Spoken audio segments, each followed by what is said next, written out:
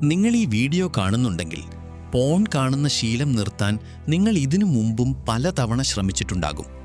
Browsing history clear ചെയ്തും ടാബുകൾ delete ചെയ്തും ഇതാണ് അവസാനത്തെ തവണ എന്ന് നിങ്ങൾക്ക് തന്നെ വാക്ക് നൽകിയും നിങ്ങൾ ശ്രമിച്ചിട്ടുണ്ടാകും. എന്നാൽ കുറച്ചു ദിവസങ്ങൾക്കോ മണിക്കൂറുകൾക്കോ ശേഷം നിങ്ങൾ വീണ്ടും പഴയ അവസ്ഥയിലേക്ക് തന്നെ തിരിച്ചു പോയിട്ടുണ്ടാകും. ആദ്യം തന്നെ പറയട്ടെ, നിങ്ങൾക്കൊരു കുഴപ്പമില്ല. ഇതൊരു സ്വഭാവ ദൂഷ്യമോ നിങ്ങളുടെ മാനസിക ബലക്കുറവോ അല്ല.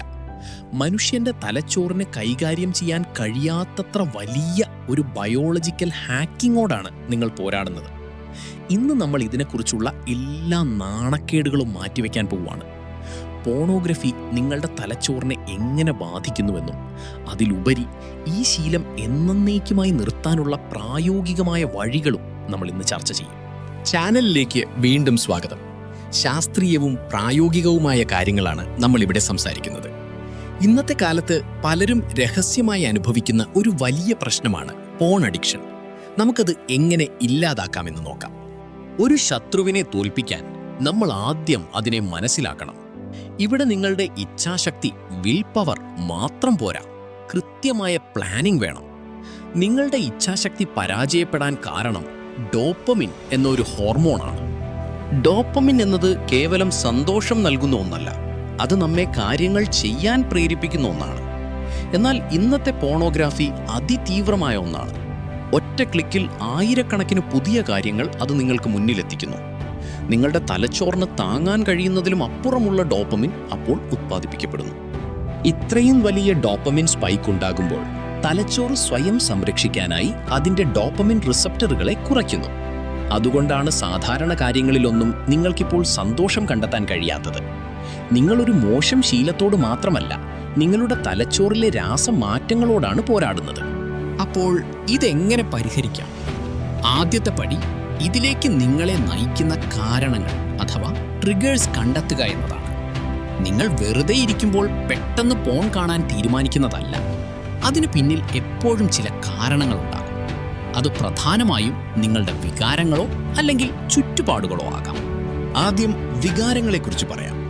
ഇതിനായി ഹോൾട്ട് എന്നൊരു വാക്ക് ഓർമ്മിക്കുക. നിങ്ങൾക്ക് ഈ സമയത്ത് ഹംഗ്രി, വിശപ്പുണ്ടോ? ആംഗ്രി, ദേഷ്യമുണ്ടോ? ലോൺലി, ഏകാന്തത അനുഭവപ്പെടുന്നുണ്ടോ? ടയേർഡ്, ക്ഷീണമുണ്ടോ? ഇതിനൊപ്പം വിരസതയും ബോർഡം, സമ്മർദ്ദവും കൂടി ചേർക്കുക. പലപ്പോഴും സ്ട്രെസ് മാറ്റാനുള്ള ഒരു എളുപ്പ വഴിയായാണ് പലരും പോൺ ഉപയോഗിക്കുന്നത്. അടുത്ത തവണ നിങ്ങൾക്ക് പോൺ കാണാൻ തോന്നുമ്പോൾ ഒന്ന് നിൽക്കുക. എന്നിട്ട് നിങ്ങളോട് തന്നെ ചോദിക്കുക, എനിക്കിപ്പോൾ ശരിക്കും എന്താണ് അനുഭവപ്പെടുന്നത്? പിന്നീടുള്ളത് ചുറ്റുപാടുകളാണ്. രാത്രിയിൽ ഫോണുമായി കിടപ്പുമുറിയിൽ തനിച്ചിരിക്കുന്നത്, വെറുതെ സോഷ്യൽ മീഡിയ സ്ക്രോൾ ചെയ്യുന്നത്, ഇതൊക്കെ കാരണങ്ങളാകാം.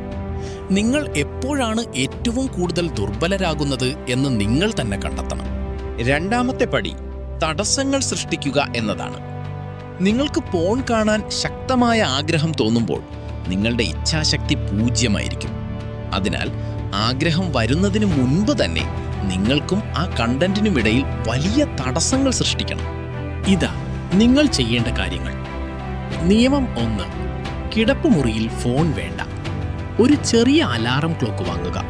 ഫോൺ ഹാളിലോ മറ്റോ ചാർജ് ചെയ്യാൻ വെക്കുക.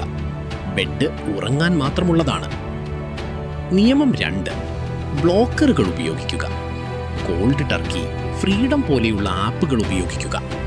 ഇതിന്റെ പാസ്വേഡ് വിശ്വസ്തനായ ഒരു സുഹൃത്തിനെ ഏൽപ്പിക്കുക. പോൺ സൈറ്റുകളിൽ കയറുന്നത് സാങ്കേതികമായി ബുദ്ധിമുട്ടുള്ള കാര്യമാക്കി മാറ്റുക.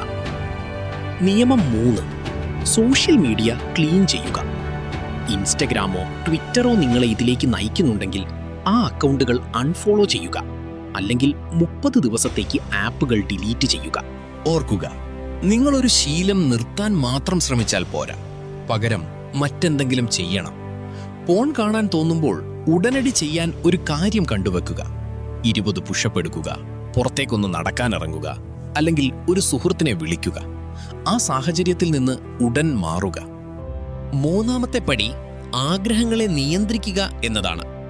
പോൺ കാണാനുള്ള ആഗ്രഹം വരുമ്പോൾ അത് ഒരിക്കലും മാറില്ല എന്ന് നിങ്ങൾക്ക് തോന്നും. എന്നാൽ അത് സത്യമല്ല. പഠനങ്ങൾ പറയുന്നത് ഇത്തരം ആഗ്രഹങ്ങൾ 15 മുതൽ 20 മിനിറ്റ് വരെ മാത്രമേ ശക്തമായി നിൽക്കൂ എന്നാണ്. ആഗ്രഹത്തോട് പോരാടുന്നതിനു പകരം അത് വീണ്ടും അതിനെക്കുറിച്ച് ചിന്തിക്കാനേ ഉപകരിക്കൂ. ഏർജ് സർഫിംഗ്, ആഗ്രഹങ്ങളെ സർഫ് ചെയ്യുക എന്ന രീതി പരീക്ഷിക്കുക. മൂന്നാമത്തെ പടി ആഗ്രഹങ്ങളെ നിയന്ത്രിക്കുക എന്നതാണ്. പോൺ കാണാനുള്ള ആഗ്രഹം വരുമ്പോൾ അത് ഒരിക്കലും മാറില്ല എന്ന് നിങ്ങൾക്ക് തോന്നും. എന്നാൽ അത് സത്യമല്ല. പഠനങ്ങൾ പറയുന്നത് ഇത്തരം ആഗ്രഹങ്ങൾ 15 മുതൽ 20 മിനിറ്റ് വരെ മാത്രമേ ശക്തമായി നിൽക്കൂ എന്നാണ്. ആഗ്രഹത്തോട് പോരാടുന്നതിനു പകരം അത് വീണ്ടും അതിനെക്കുറിച്ച് ചിന്തിക്കാനേ ഉപകരിക്കൂ. ഏർജ് സർഫിംഗ്, ആഗ്രഹങ്ങളെ സർഫ് ചെയ്യുക എന്ന രീതി പരീക്ഷിക്കുക. നിങ്ങളുടെ ആഗ്രഹത്തെ ഒരു കടൽ തിരമാലയായി സങ്കൽപ്പിക്കുക. അത് ചെറുതായി തുടങ്ങി വലുതായി പിന്നീട് താഴേക്കു വരും.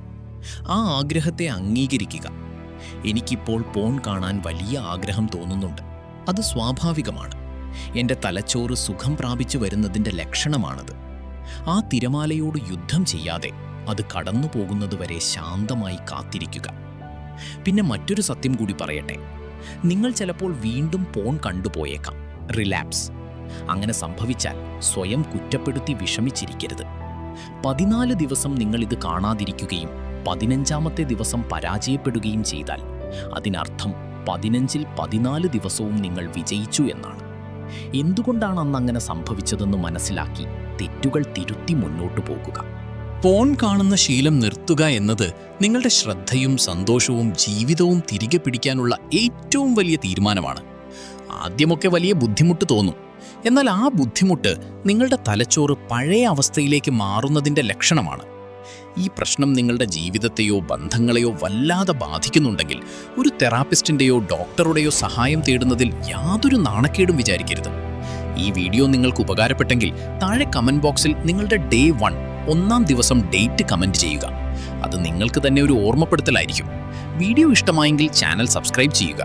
നിങ്ങൾക്കിതിൽ നിന്ന് പുറത്തു കടക്കാൻ കഴിയും, ഉറപ്പ്. അടുത്ത വീഡിയോയിൽ കാണാം.